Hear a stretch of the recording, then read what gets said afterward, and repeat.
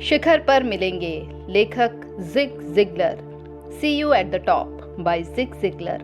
खंड 5 अध्याय 2 भाग 3। नहाते हुए गाएं। अब क्योंकि आप उठ गए हैं, नहा लें।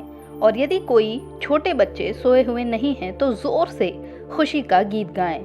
अब मुझे ये पुराना राग मत सुनाओ। हाँ, पर मुझे गाना नहीं आता। मुझे एक बार मिच मिलर का पत्र मिला जिसमें लिखा था साथ में ना गाएं। और मेरे अपने बच्चों ने भी मुझे चर्च में गाने के लिए मना किया।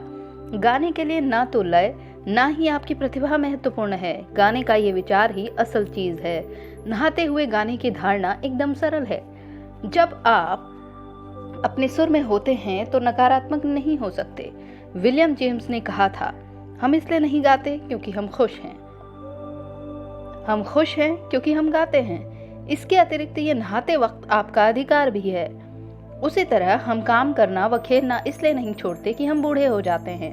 हम बूढ़े हो जाते हैं क्योंकि हम काम करना व खेलना छोड़ देते हैं। घर के आदमी के लिए कुछ अतिरिक्त लाभ है यदि आप एक कदम और उठा लें। जब आप नाश्ते वाले कमरे में आए तो मेज को 2-1 बार थपथपाएं और कहें, प्रिय, मैं देख रहा हूं कि तुमने नाश्ते में बैकन, अंडे और ग्रिट बनाए हैं। मैं इसी की उम्मीद कर रहा था कि तुम यही बनाने वाली हो। भले ही आप पिछले 622 दिनों से हर रोज यही भोजन खा रहे हो, परंतु एक रोचक बात हो जाती है। सबसे पहले वो आपकी तरफ आश्चर्य से देखती है और इस आश्चर्य से देखने में ही बहुत बड़ी बात है। इस बात की संभावनाएं हैं कि भले ही नाश्ता वास्तव में उतना अच्छा ना हो, वो अगले दिन बेहतर बनाने के लिए प्रेरित हो जाएगी। इसका मतलब हुआ कि इससे आप कुछ गंवा नहीं सकते। अब मैं आपको बताऊं कि इस प्रक्रिया से क्या होता है। क्योंकि विचार कार्य से पहले आता है, आप अगली सुबह करने वाले कार्य की योजना रात को बनाते हैं। इससे सकारात्मक रूप से योजना बनाने की आदत पड़ती है और इसके दूरगामी परिणाम होते हैं। क्योंकि जब आप एक कार्य बोते हैं तो आप एक आदत की फसल काटते हैं। जब आप एक आदत बोते हैं तो एक चरित्र की फसल काटते हैं। और जब आप एक चरित्र बोते हैं तो एक नियति की फसल काटते हैं। कारण सरल है। तर्क से कोई भावना नहीं बदलेगी, जैसे नकारात्मक होना, परंतु कार्य से बदल जाएगी। अथवा जैसा कि डल्लास टेक्सास में magnet high school for health professions के प्रधानाचार्य मेरे मित्र ब्रूस नॉर्मन कहना पसंद करते हैं, नए ढंग से काम करके आप अपने ढंग से महसूस नहीं कर सकते, परंतु नए ढंग से महसूस करके आप अपने ढंग से काम कर सकते हैं। इन कार्यों का कुल परिणाम पहले से महान होगा।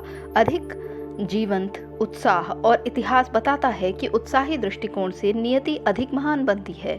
जब आप उत्साह के साथ उठते हैं और उत्साह के साथ नाश्ता करने जाते हैं तो आप अच्छे दिन की शुरुआत करने जा रहे हैं। एक दिन पूरे जीवन का लघु आकार होता है और बहुत से अच्छे दिनों के साथ आप एक अच्छा जीवन पा लेते हैं। इससे परिवार व मित्रों को भी लाभ होता है, क्योंकि उत्साह खसरा रोग से भी अधिक संक्रामक होता है। एक बार यदि ये आपके पास आ गया तो ये आपके परिवार व साथियों तक फैल जाएगा और हर किसी को लाभ पहुंचेगा। इन कार्यों का एक अतिरिक्त लाभ भी है, क्योंकि ये शिखर के लिए सीढ़ियां चढ़ने में आदमी की एक सबसे बड़ी रुकावट पर सामने से हमला करते हैं। उस रुकावट का नाम है टाल मटोल करना। अगर टाल मटोल करना आपकी समस्याओं में से एक है तो ये सरल प्रक्रियाएं उस समस्या पर पार पाने के लिए अच्छी शुरुआत हो सकती हैं। ये तब और अधिक स्पष्ट हो जाएगा जब हम आदतों के खंड पर जाएंगे। फिलहाल के लिए इतना स्पष्ट हो जाना चाहिए कि कहीं पर जाने से पहले आपको पहले शुरुआत करनी है, और इतना स्पष्ट हो जाना चाहिए कि आप सुबह किस तरह उठते हैं। ये उस बारे में बहुत बड़ी भूमिका निभाएगा कि आप जीवन में कितना ऊंचा जाएंगे। इस समय मैं सिर्फ ये टिप्पणी करूंगा कि सुबह उठने की ये प्रक्रिया एक अच्छी आदत है और हर अच्छी आदत झपटनी पड़ती है और अपने प्यार जीवन के लिए बनाए रखनी पड़ती है। एक उत्साहवर्धक टिप्पणी, तथापि ये सत्य है कि शुरुआत से ही हो सकता है पहले ही दिन से आपको कुछ रोचक लाभ प्राप्त होंगे और लगातार सिर्फ 21 दिनों के बदलाव आश्चर्यजनक होंगे। दूसरी तरफ हर बुरी आदत दबे पांव आती है और धीरे धीरे आप पर इस तरह हावी हो जाती है कि इससे पहले कि आप ये जाने कि आपकी ये आदत है, आप आदत के वश में हो जाते हैं। मैंने इस खंड की समाप्ति पर आदतों पर पूरे 2 अध्याय दिए हैं, अतः हमें इस सूत्र के साथ शुरू हो जाना चाहिए।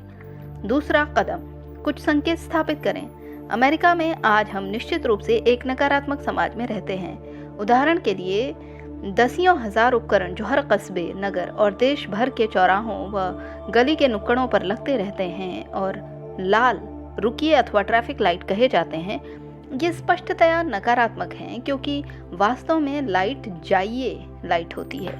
यदि आप ऐसा नहीं मानते तो अगर किसी चौराहे पर कोई लाइट काम नहीं कर रही हो, तब देखिए कई ब्लॉक तक ट्रैफिक रुक जाएगा। ये इसलिए नहीं कि लाइट लाल है या रुकिए है, बल्कि क्योंकि जाइए वाली लाइट खराब है।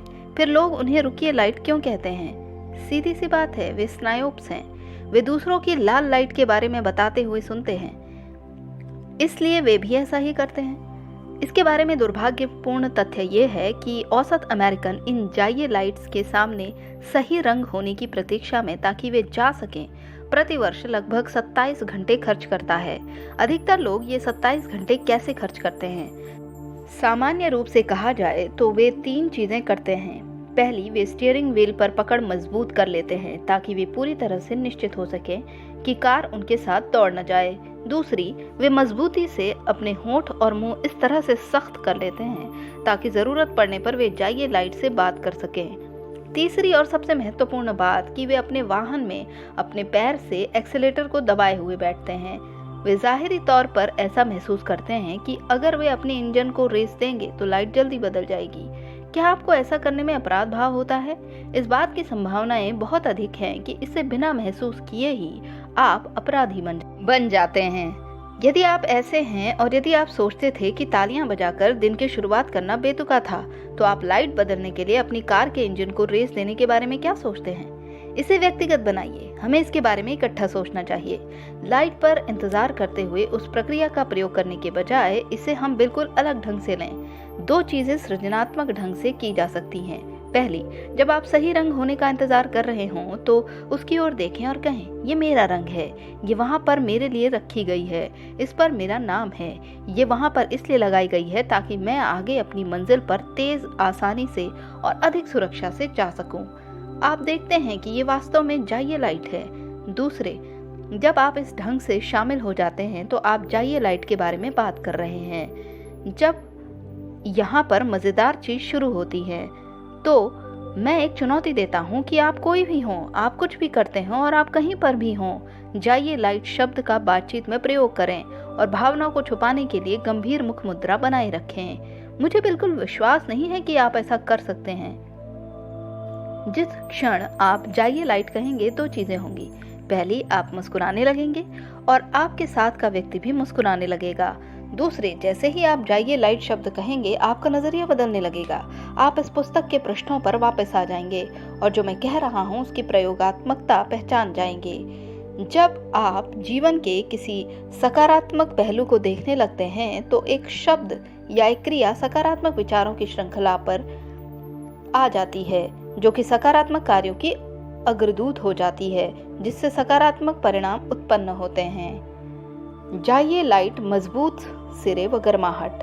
विनिपेग मैनिटोबा में एक मेरा नजदीकी मित्र है। वाकई वो एक दोस्त से ज्यादा मेरे भाई जैसा है। उसका नाम बर्नी लोफ्चिक है और मुझे अब तक जितने व्यक्ति मिले हैं वो उनमें से सबसे अधिक सकारात्मक आदमी है। वो इतना सकारात्मक है कि उसे आज तक एक बार भी सर्दी नहीं लगी। हालांकि वो स्वीकार करता है कि उसे कभी कभी गर्माहट जरूर लगती है। वो इतना सकारात्मक है कि वो कभी साप्ताहिक छुट्टी यानी वीकेंड कमजोर सिरा के बारे में बात ही नहीं करता, क्योंकि वो नकारात्मक है। वो इसे मजबूत सिरा कहकर पुकारता है। इन शब्दों को पढ़ते हुए आप सोच सकते हैं, क्या ये सब वाकई जरूरी है?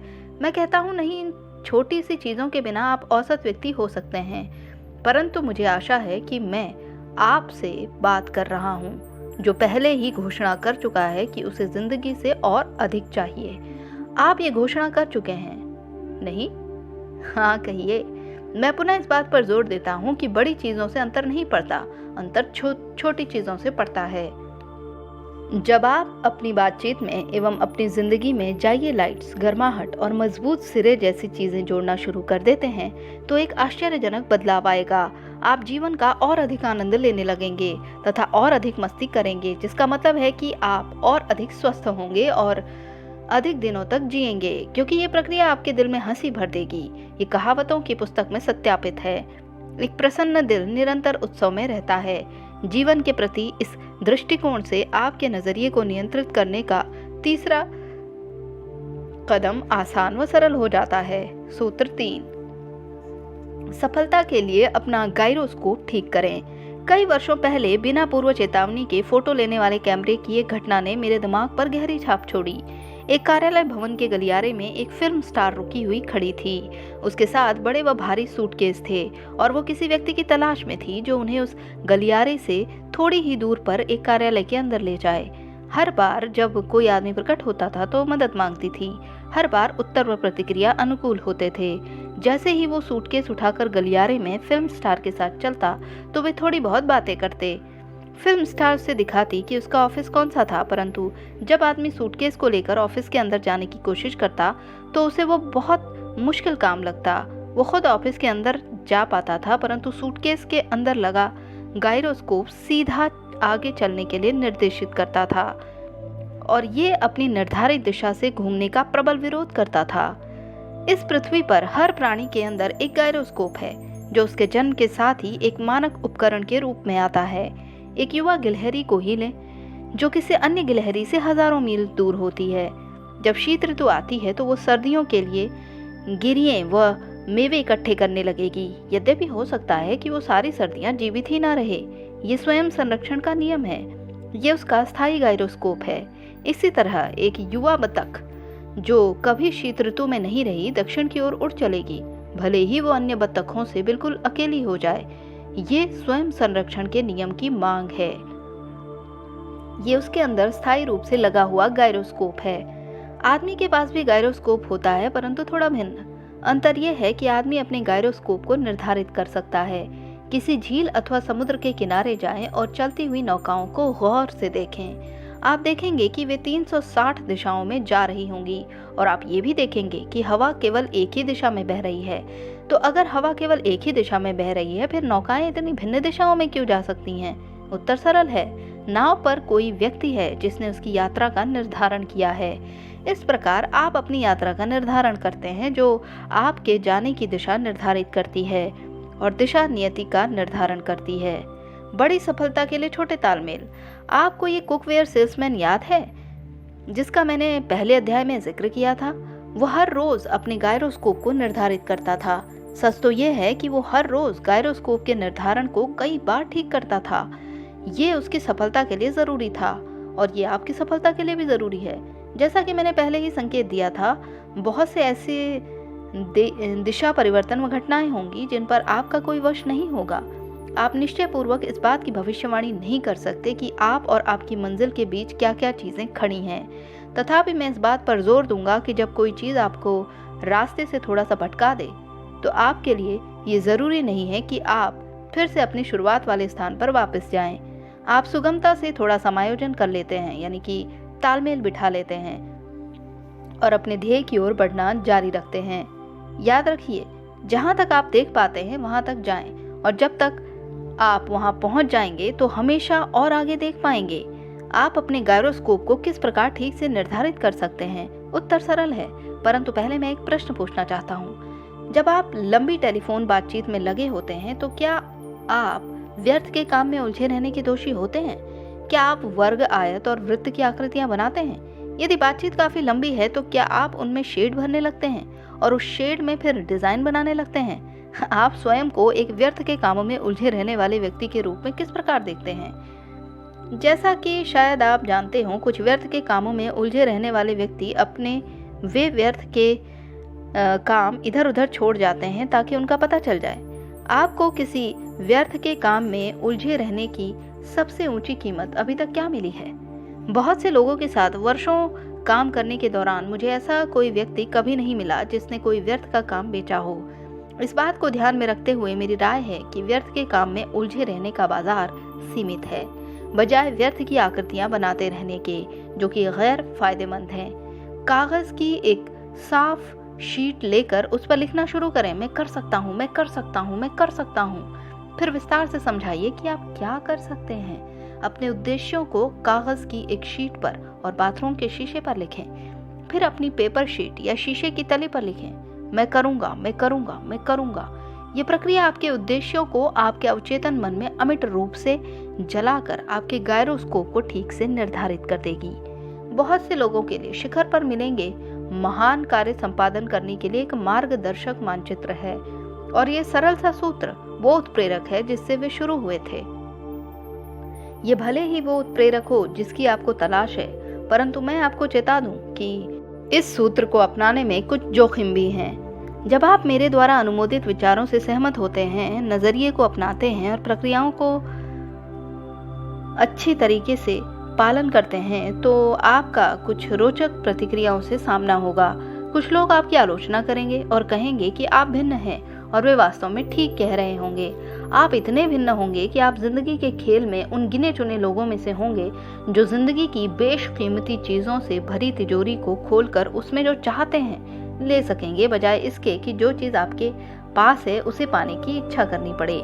क्योंकि ये किस काम की, इसलिए मैं आलोचकों के बारे में अधिक परवाह नहीं करता। इतिहास की शुरुआत से आज तक कोई आलोचकों को संतुष्ट नहीं कर पाया, इसलिए उनका बहुत अधिक ख्याल नहीं किया जाना चाहिए। कुछ लोग आप पर हंसेंगे, परंतु मैं एक बात बता दूं, हंसने वाले बहुत छोटी दुनिया और छोटे लोग होंगे जिन्हें जिंदगी में अच्छी चीजें नहीं मिल पा रही हैं। ये जानना काफी संतोषप्रद लगना चाहिए कि छोटी दुनिया हंसी थी, परंतु बड़ी दुनिया हडसन नदी के किनारों पर रॉबर्ट फल्टन को शक्ति के साथ एक निश्चित दिशा में बढ़ता हुआ देखने के लिए एकत्रित हुई थी। छोटी दुनिया हंसी थी, परंतु बड़ी दुनिया उसके साथ थी जब अलेक्जेंडर ग्राहम बेल ने अपनी ऐतिहासिक टेलीफोन कॉल की थी। छोटी दुनिया हंसी थी, परंतु बड़ी दुनिया किटी हॉक पर थी जब राइट ब्रदर्स ने अपनी पहली उड़ान भरी थी। आपकी यात्रा शुरू करने पर छोटी दुनिया भले ही हंसे, परंतु मैं आपको आश्वस्त करता हूं कि बड़ी दुनिया यात्रा समाप्ति की लाइन पर आपको शाबाशी देने के लिए एकत्रित हो जाएगी। और सबसे अच्छी बात यह है कि आपको लक्ष्य पर पहुंचने से क्या मिलता है, ये इतना महत्वपूर्ण नहीं है जितना कि ये कि आप लक्ष्य पर पहुंचकर क्या हो जाते हैं। तो दोस्तों, यहाँ पर खंड 5 का अध्याय 2 समाप्त होता है। अब मैं कल आपके लिए खंड 5 का अध्याय 3 लेकर आऊंगी। तब तक आप अपना ख्याल रखिए।